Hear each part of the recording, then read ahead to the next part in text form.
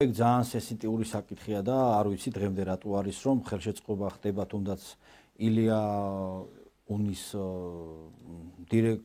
იქაური ლექტორებისთვის, იქაური დირექციისთვის და სახელმწიფო რატო არ ერევა. თუნდაც დავარქვათ უხეში ჩარევა, იმიტომ რომ იქ აშკარად ჩვენს დედაღვთისმშობელს შეურაცხყოფენ, ჩვენს არწმუნოებას შეურაცხყოფენ და ფაქტიურად იქ ხდება გამოჭედვა ისეთი საზოგადოების, რომელიც ჩვენი ქვეყნის ინტერესებს აზიანებს და აზარალებს.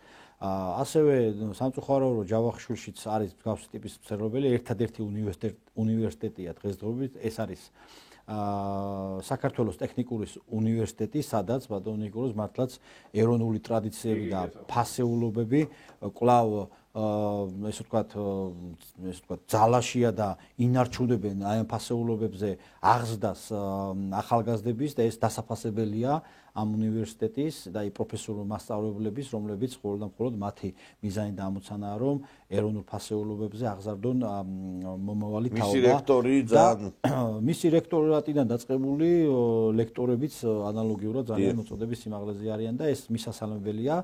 და მე აი მართლაც სულ მიკვირს ხოლმე და მაგაზე მიფიქრია, რომ როდესაც სახელმწიფო უნივერსიტეტი ქვია ამ შემთხვევაში ილია უნივერზე მაქვს, ილია უნივერზე და ასევე ჯავახიშვილზე მაქვს საუბარი, როგორ შეიძლება რომ ჩვენ აქ არ ისწავლებოდეს მართლაც და ეროვნულ ფასეულობები და ეროვნულ ფასეულობებზე დაყრდნობით. აი როგორ შეიძლება?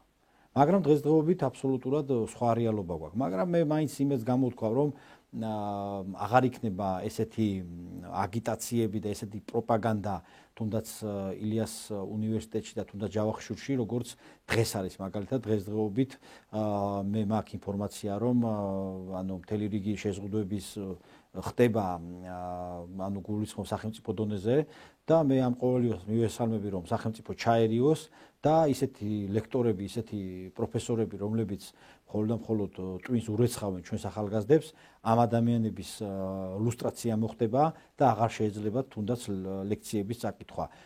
ეს არ ნიშნავს ბატონო ნიკოლოზ, რომ მე გამოდივარ იმ იდეით, რომ განსხვავებული აზრი არ უნდა იყოს, ყველას აქვს განსხვავებული აზრი და ჩვენც გვაქვს განსხვავებულია თუნდაც აქ სამი ადამიანი როს ხედავთ, შეიძლება ჩვენც გქონდეთ, მაგრამ როდესაც ჩვენ ეროვნულ ფასეულობებს და ჩვენი სახელმწიფო ინტერესებს ვეხებით, იქ ყველანი ერთიანი უნდა იყოს. ეს არის ჩემი პოზიცია. გეთანხმებით.